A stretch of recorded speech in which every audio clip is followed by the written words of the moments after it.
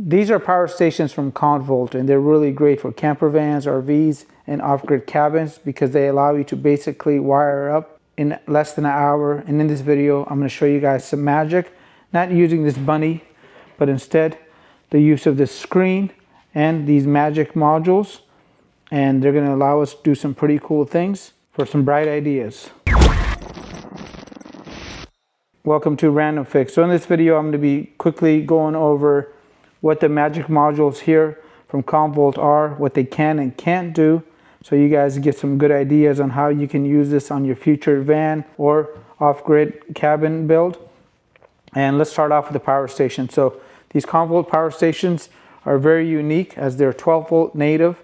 So basically, I can run 12-volt ACs off this, 12-volt heaters, and I'll leave you guys a whole bunch of other videos down below if you guys want to learn more about these, including me tearing these apart and what makes these special, as these are going to be native 12 volts. That's going to be really beneficial, and I'm going to show you guys how. So I have one power station here, and it's basically connected to this power station. And I'm going to show you guys this whole wiring. And the way these devices communicate with each other is going to be through Ethernet. So Ethernet has been around for a very long time. And the best part is you can get it in any length and it's ultra reliable. So you don't have to worry about it losing connection. Plug it in and it's ready to go. I have these two units connected via Anderson 120. So these have an Anderson connection on the back. And I also have it connected to this, and I'm going to show you guys the sequence of this.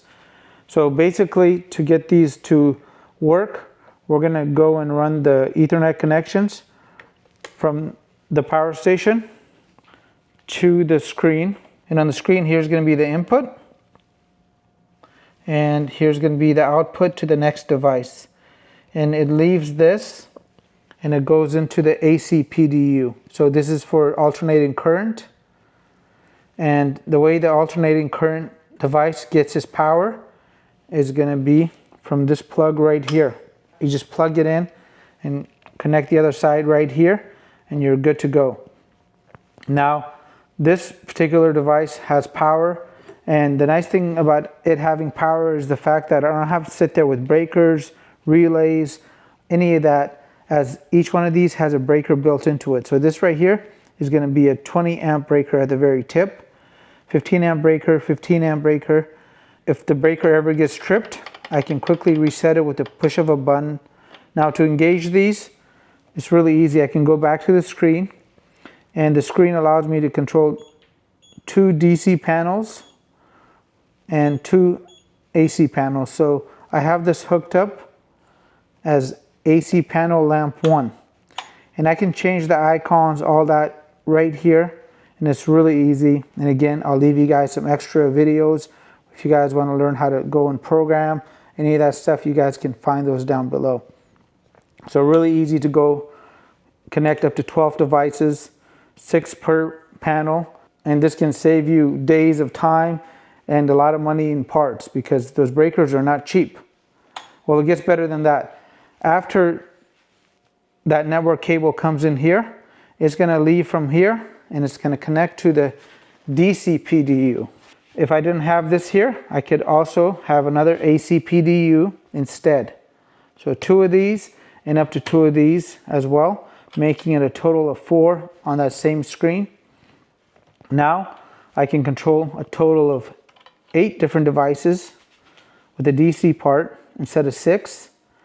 Each one of these has a different rating as far as the breaker, 30 amp, 20 amp, 15 amp, and down to 10 amps. And they also have manual triggers here that I can utilize as well. However, I can quickly use the panel instead. So I'm going to go back to the home screen and select this and turn on one of the lamps. So that green lamp turned on. That's pretty much how easy it is to go and wire this up. Now, if you guys are wondering how this gets power, well, it's going to use that same Anderson connection. So if we follow this around, I've actually connected it here. So we have a total of 3 Anderson connections in this one splitter. So one connects to the 4200, one connects to the 2200, and the other side connects to the PDU. This is just an extension. So the best part about this is I can leave all the wiring in the back of the camper van or wherever my battery box is. Just run the Ethernet connection and I can control everything. And fuses are a thing of the past. Relays are not needed. Breakers are not going to be necessary, as this handles all of that. Now, to control the power of this, it's really easy.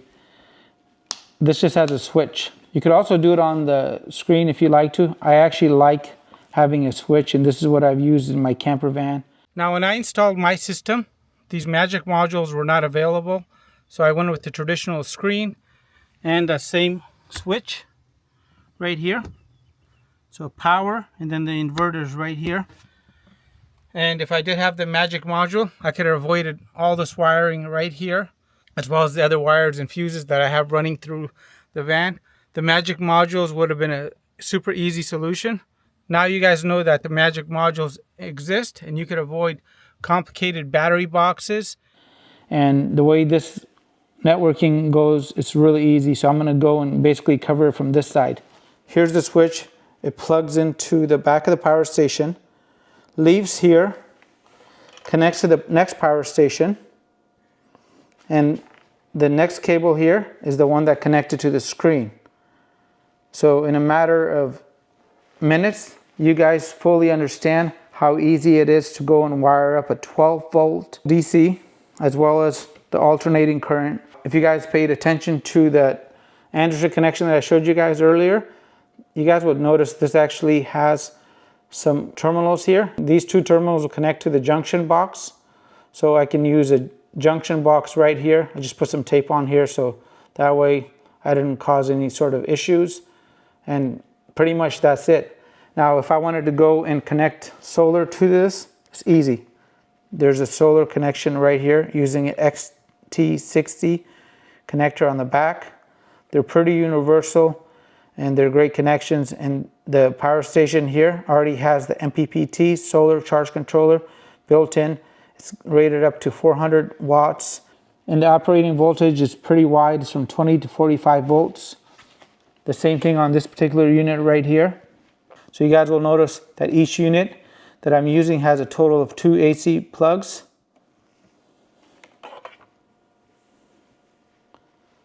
And on the front side, we have some other connections. In case you need some additional power, you can hook up a car charger, which some of these units actually come with. A wall charger could go right on here. And the wall chargers on the Comvolt stations are really nice because they're external. So if that breaks, I can quickly replace it within minutes without having to take the unit apart. Now, the nice thing about the Comvolt system is the fact that this is made out of aluminum. And unlike the plastic power stations that you see on the market, you can quickly undo these and have access to any of the internal components without damaging anything. And it comes with really good hardware, including this handle. This is how I normally strap it down. These two ports right here that I showed you guys, the XT90 connectors, these are bidirectional.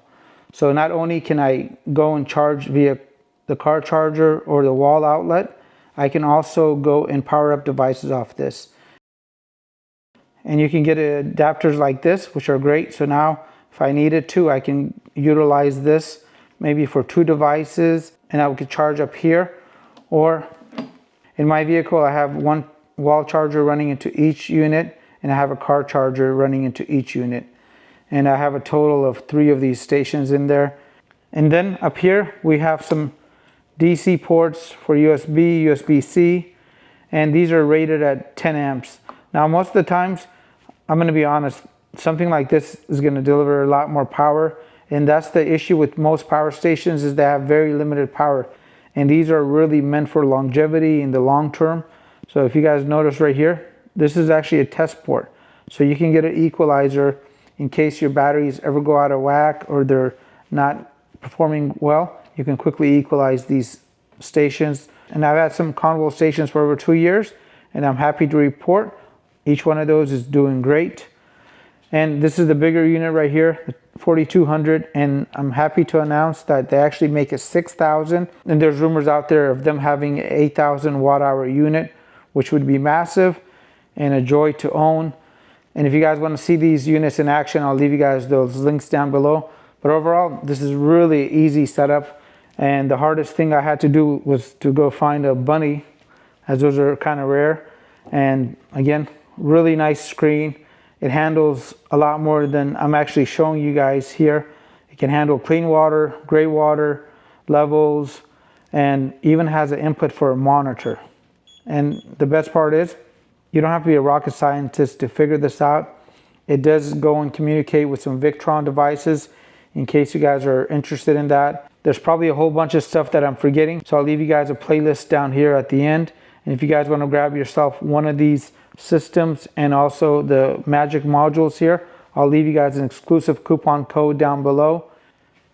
And I want to thank this guy right here. Earlier I was doing this video for the Comvolt and he actually took apart both of the power stations, and the best part is they still work, so he didn't break anything. Overall, I think these magic modules are awesome and very easy to set up. The Comvolt power stations themselves are amazing machines. They're complete beasts. Check the links down below and make it a great day.